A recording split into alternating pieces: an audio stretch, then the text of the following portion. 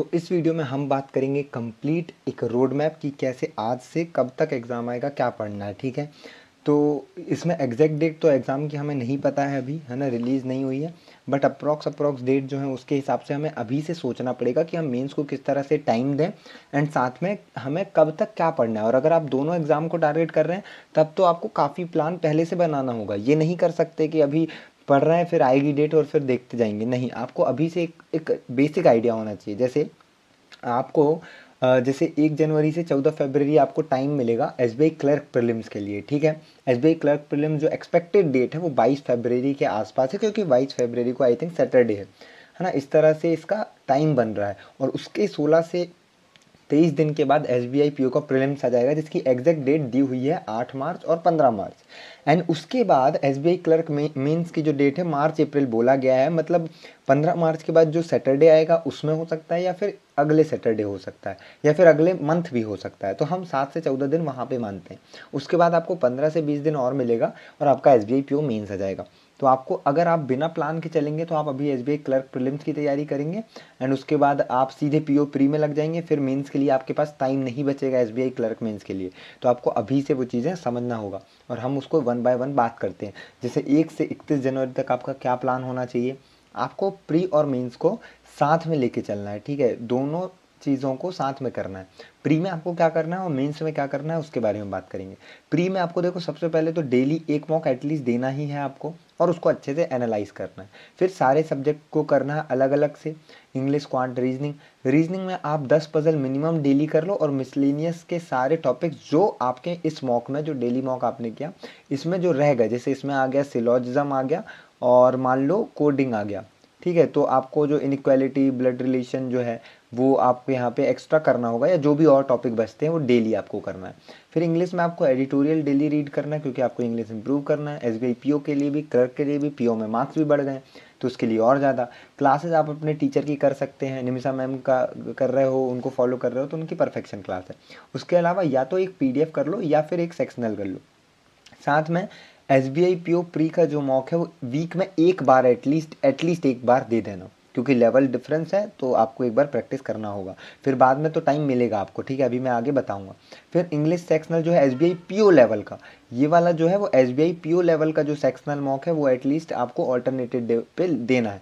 मतलब जैसे ये पीडीएफ और सेक्शनल लिखा है ना, तो मान लो आपने मंडे को कर लिया एसबीआई क्लर्क के लिए और फिर आपने ट्यूसडे को पीओ लेवल का कर लिया। इस तरह से अगर किसी दिन मॉक नहीं दिया तो पीडीएफ अगर किया, तो जैसे वेडनेसडे को आपने पीडीएफ किया क्लर्क का, तो फिर थर्सडे को आपने पीडीएफ कर लिया पीओ लेवल का। ठीक है, इस तरह से आपको करना है। क्वांट में आपको लेक्चर्स करने हैं, ठीक है, और साथ में पीडीएफ और सेक्शनल मॉक करना है, दोनों में से कोई एक डेली। या तो आप सेक्शनल मॉक दे दो या फिर आप पीडीएफ कर लो एक पूरा प्रॉपर 30-35 क्वेश्चन जो भी आप कर रहे हैं। और लेक्चर आपको करना चाहिए इस टाइम पे, ठीक है, सीखने मिलता है। वहीं पर अगर आप रीजनिंग, देखो इन दोनों में से एक चीज़ कर सकते हो, क्योंकि मेंस में अगर आप ज़्यादा टाइम दोगे और आपका प्री अच्छा है तो आप या तो लेक्चर कर लो या सेक्शनल मॉक दे दो और बाकी जगह मेंस में टाइम लगा दो। ठीक है, वहीं पर जैसे हम मेंस की बात करें, मेंस में क्या करना है आपको, लेक्चर एटलीस्ट सब्जेक्ट का 1 1.5 से 2 घंटा करना है। आप परफेक्शन क्लास जो इंग्लिश में कर रहे हो तो मेंस भी उसमें हो जाएगा, ठीक है, प्री मेंस। पर क्वांट और रीजनिंग के लिए आपको मेंस से अलग लेक्चर करने पड़ेंगे। क्वांट और रीजनिंग अलग अलग। अगर यहाँ पे आप ज़्यादा टाइम दे रहे हो और अगर आपका प्री अच्छा है तो यहाँ पे आप लेक्चर ना करके सिर्फ प्री का सेक्शनल मॉक या फिर पीडीएफ कर सकते हो। सीए करंट अफेयर आपको डेली करना और रिवीजन भी स्टार्ट कर देना है। मैंने एक वीडियो बनाई थी अपना इम्प्रूव जीए करके, उसमें मैंने बताया था कितने महीने का और क्या कैसे पढ़ना चाहिए, तो वो वीडियो देख लेना, कैसे रिटेन करना, वो सारी बातें इसमें हुई हैं, वो वीडियो बहुत अच्छी है। फिर एसबीआई क्लर्क मेंस का मॉक आपको वीक में एक बार देना है। मतलब वीक में जैसे 7 डेज है, एक दिन आपने एसबीआई पीओ का प्री का दे दिया और एक दिन आपने क्लर्क मेंस का दे दिया और उसके बाद बाकी के 5 दिन आपने क्लर्क प्री के दे दिए। अगर आपका प्री बहुत अच्छा है क्लर्क का तो फिर आप एसबीआई पीओ के मार्क्स बढ़ा सकते हैं आपके प्रेफरेंस के हिसाब से। ठीक है, फिर अगला 1 से 7 फरवरी, जैसे हमने मान लिया था कि जो एग्ज़ाम होगा आपका वो 22 फरवरी, मतलब 15 फरवरी मान लिया है मैंने, 45 डेज़ का, है ना। तो उस हिसाब से 1 से 7 फरवरी को आपको क्या करना है, डेली आपको करंट अफेयर करना ही करना है और रिवीजन जो है यहाँ से आप बंद कर सकते हो। क्यों? क्योंकि आपके एग्ज़ाम के मान लो 15 दिन बचे हैं, आप 22 मान रहे हो तो उसके हिसाब से पीछे के 15 दिन लेना। मैं अगर 15 फरवरी मान ले रहा हूँ तो उसके हिसाब से यहाँ पे आप डेली सीए करो, उसी को रिवाइज़ करो। पुराना इस टाइम पे रिवाइज़ करने का टाइम नहीं मिलेगा। डेली एटलीस्ट 2 मॉक आप क्लर्क प्री के दो और उसको अच्छे से एनालाइज करो। यहाँ से आप लेक्चर नहीं भी करोगे तो चलेगा, ठीक है। वीक सब्जेक्ट जो भी लग रहा है इंग्लिश या वो, उसके सेक्शनल अलग से मॉक के अलावा भी आप कर लो। और डेली जितने टॉपिक है, जैसे वही बताया, रीजनिंग में अगर जो टॉपिक आ गए मॉक में वो अलग है, और उसके बाद जो बचते हैं वो उसको आप अलग से कर लो। और मैथ्स में वहीं पर जैसे आप स्पीड मैथ्स से देख रहे हो, तो अगर स्पीड मैथ्स में आपको मिसिंग नंबर और रॉन्ग नंबर में से एक दिखा और क्वाड दिखा, तो आप सिंप्लीफिकेशन और वो अलग से कर लो, जो बच रहे हैं वो अलग से कर लो, ठीक है। इस टाइप से आपको करना है। इंग्लिश में भी सिमिलर पैटर्न।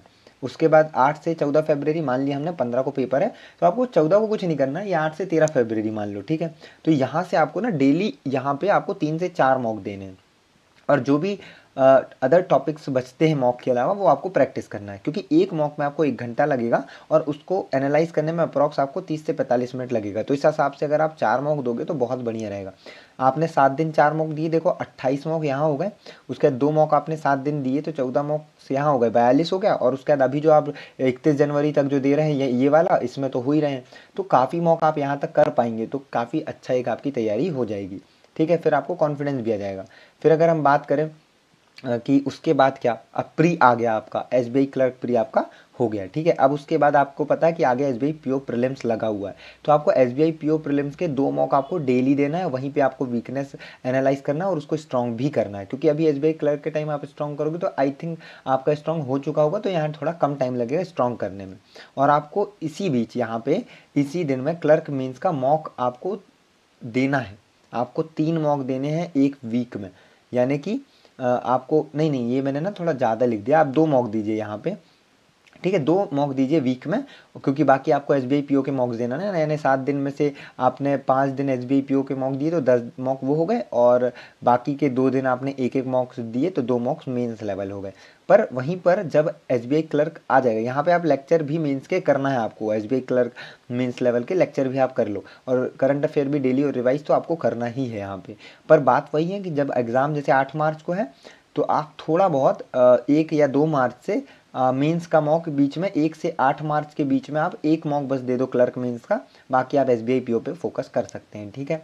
उसके बाद जब अगले 7 से 14 दिन जो एसबीआई क्लर्क मेंस आएगा, यहाँ प्रॉपर आपको मेंस की मॉक देना है, उसको एनालाइज करना है, प्रॉपर पढ़ना है। यहाँ से आप लेक्चर छोड़ सकते हैं क्योंकि आपको टाइम नहीं मिलेगा, आपको मॉक अच्छे से देना होगा। यहाँ से आपकी प्रैक्टिस शुरू होगी, आपने लेक्चर जो करने थे आई थिंक वो कर लिए हैं, ठीक है। उसके बाद लास्ट के 7 से 14 दिनों में लेक्चर वगैरह नहीं करने होते, मैंने तो नहीं किए हैं।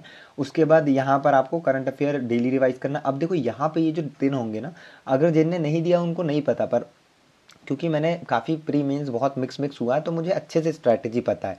तो यहाँ पे क्या होता है, आपको करंट अफेयर बहुत ज़्यादा पढ़ना पड़ता है। मैं आपको बताऊं, मैंने आईबीपीएस क्लर्क मेंस के टाइम पे क्या किया था, मैंने एक महीने डेली निपटाए थे, 6 दिन में 6 मंथ मैंने डेली पीडीएफ से पढ़ा था। ये कोई मंथली पीडीएफ नहीं था, डेली। तो मुझे 6 से 8 घंटे खाली करंट अफेयर करता था। उसके बाद 3 घंटे या 2 घंटे 30 मिनट जो भी मॉक होता था वो, और उसको एनालाइज करता था वो, तो सिर्फ इतना ही करता था, और इतने में बहुत हो जाता है। तो यहाँ पे आपको वही चीज़ फॉलो करना है सेम। उसके बाद जो अगले 15-20 दिन आएंगे जो एसबीआई पीओ के लिए होंगे, वहाँ पे आप डेली मॉक दीजिए, करंट अफेयर कीजिए, और डेली आपको डिस्क्रिप्टिव राइटिंग की प्रैक्टिस डेली करना चाहिए यहाँ पे, ठीक है। और साथ में अगर कभी लगे कि लेक्चर करना है तो आप 1-2 दिन बीच में लेक्चर निकाल सकते हैं। अगर कोई टॉपिक वीक है और उसका मैराथन लेके आ जाते हैं टीचर, तो अब वो आप कर सकते हैं। तो इतना मेरे हिसाब से काफ़ी रहेगा और अच्छा एक प्लान रहेगा, क्योंकि आरआरबी पीओ का जब इस साल पेपर हुआ था उसके बाद कंटिन्यूसली बहुत मेंस पेपर बहुत मिक्स हुए थे, तो मैंने इस तरह का फॉलो किया था, मेरे लिए ये चीज़ें काम करी थी। आप इनमें से जो आपके लिए बेस्ट है वो निकाल लेना, आंख बंद करके सब फॉलो नहीं करना होता, आपको जो यहाँ से अच्छा मिलता है। मेरे हिसाब से मैंने अच्छा इनपुट दिया है, पर आपके हिसाब से जो आपको सही लगता है आप उस तरह से करो। इससे जो जो पॉजिटिव चीज़ें हैं वो आप उठाओ और इम्प्लीमेंट कर लो और अच्छे से प्रैक्टिस करो। आप एट द एंड आपकी ही मेहनत और आपकी ही प्रैक्टिस के पैटर्न जो है वो आपकी हेल्प करेंगे एग्जाम क्लियर करने में। ना कि मैं जो बोल दूं आप सीधे सीधे वो कॉपी पेस्ट कर लो, नहीं, क्योंकि मेरे लिए तो ये काम कर लिया था, आपके लिए हो सकता है इसमें से कुछ चीज़ें इररिलेवेंट हो। जैसे आपका प्री अगर अच्छा हो तो एसबीआई क्लर्क के मॉक ज़्यादा आपको ना देना पड़े, आप मेंस दे सकते हो। इस टाइप से आपको मैनेज करना। बाकी एक ओवरऑल एक रोड मैप मैंने बता दिया है, तो ये आप फॉलो कर सकते हैं। बाकी अगली वीडियो में मैं सोच रहा हूँ कि एसबीआई क्लर्क मेंस के बारे में थोड़ा बता दूँ कि कैसे प्रिपेयर करना है। बाकी हम लोग मिलते हैं नेक्स्ट वीडियो में।